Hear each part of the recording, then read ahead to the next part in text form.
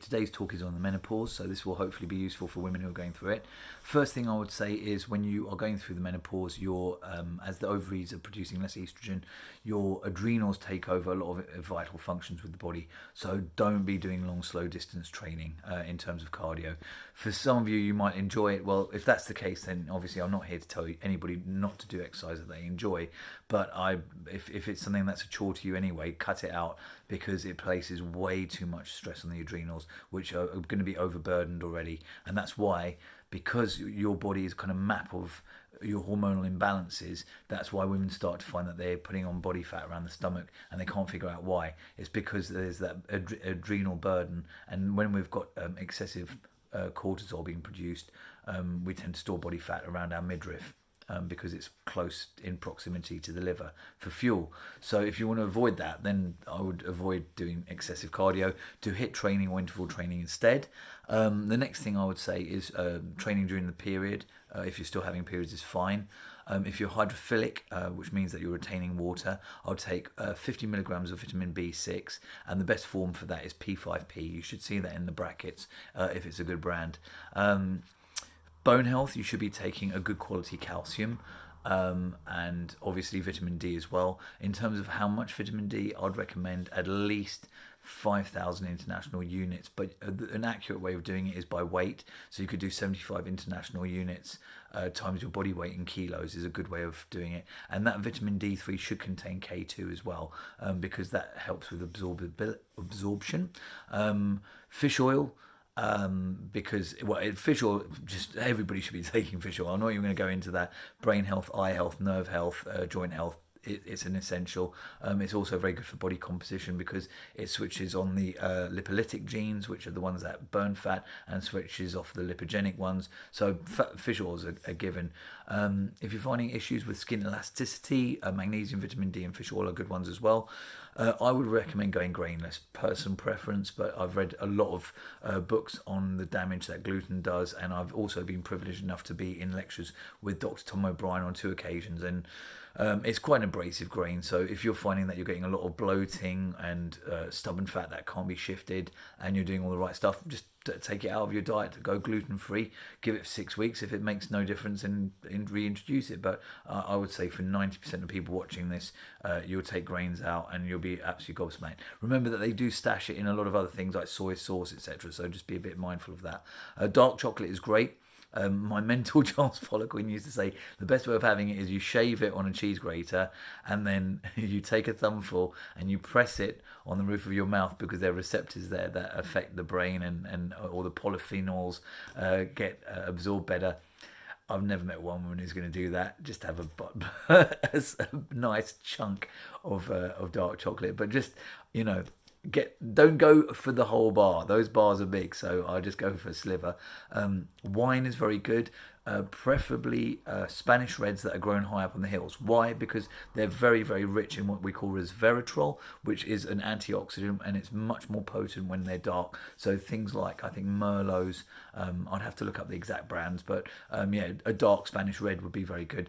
There used to be, if you're getting night sweats, a rhubarb extract that came from Germany that I can't find for love nor money now. And it was very popular. That might help with night sweats. But another one that I found is a B complex.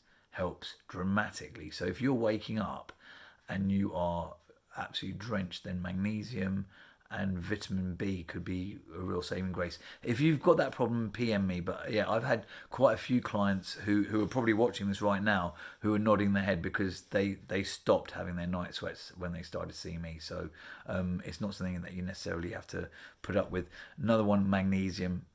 My guess is if you're going through the menopause, your sleep is shot.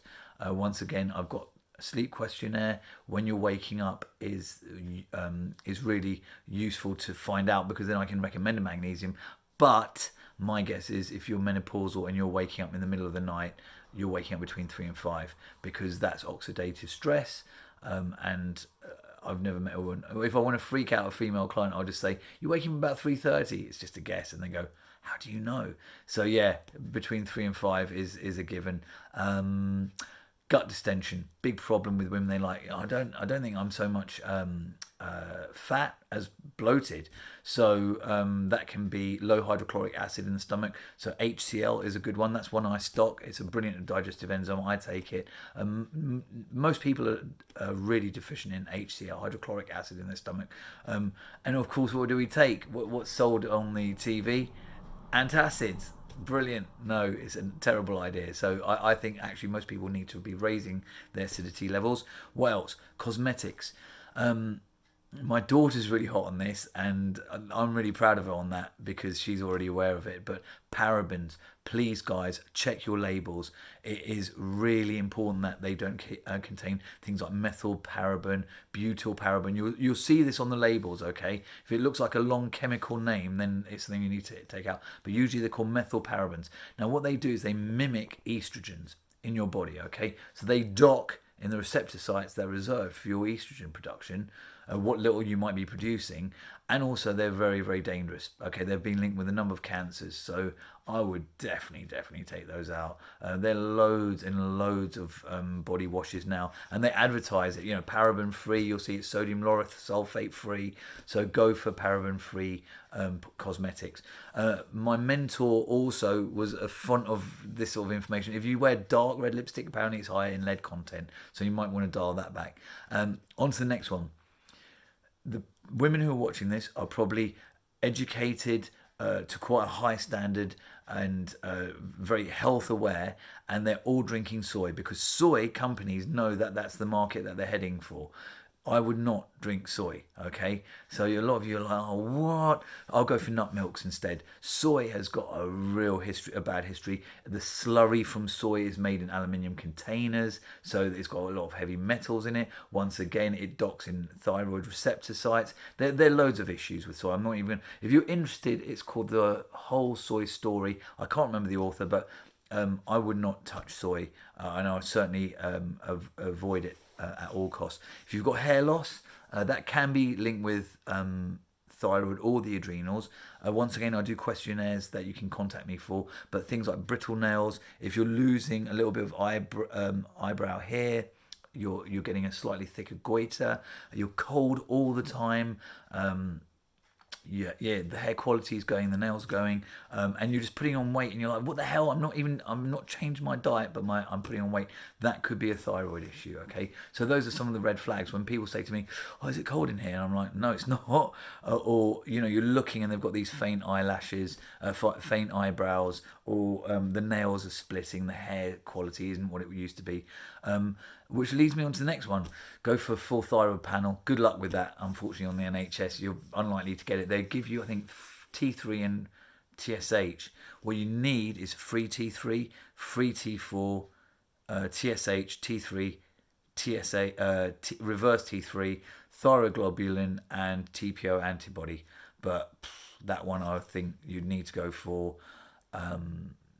go to a private clinic, because I've seen a lot of people go to the doctors and ask for a thyroid panel, and they've just given the standard one. Like I said, I've got a good questionnaire that gives me a very deep insight into people's endocrinology. So if you do think, I think that's my problem, I can certainly send that out, and it's useful now, especially obviously I can't do body fat analysis and stuff like that, which can also tell me about hormones. So doing these questionnaires and doing some virtual talks with people, I can see see their physiology. I can ask them personal questions about their body and how it's reacting to certain things, has been very useful, and I'm happy to send those out, because they've got a very strong correlative balance with people with certain endocrinological issues, whether it's thyroid, blood sugar issues, etc.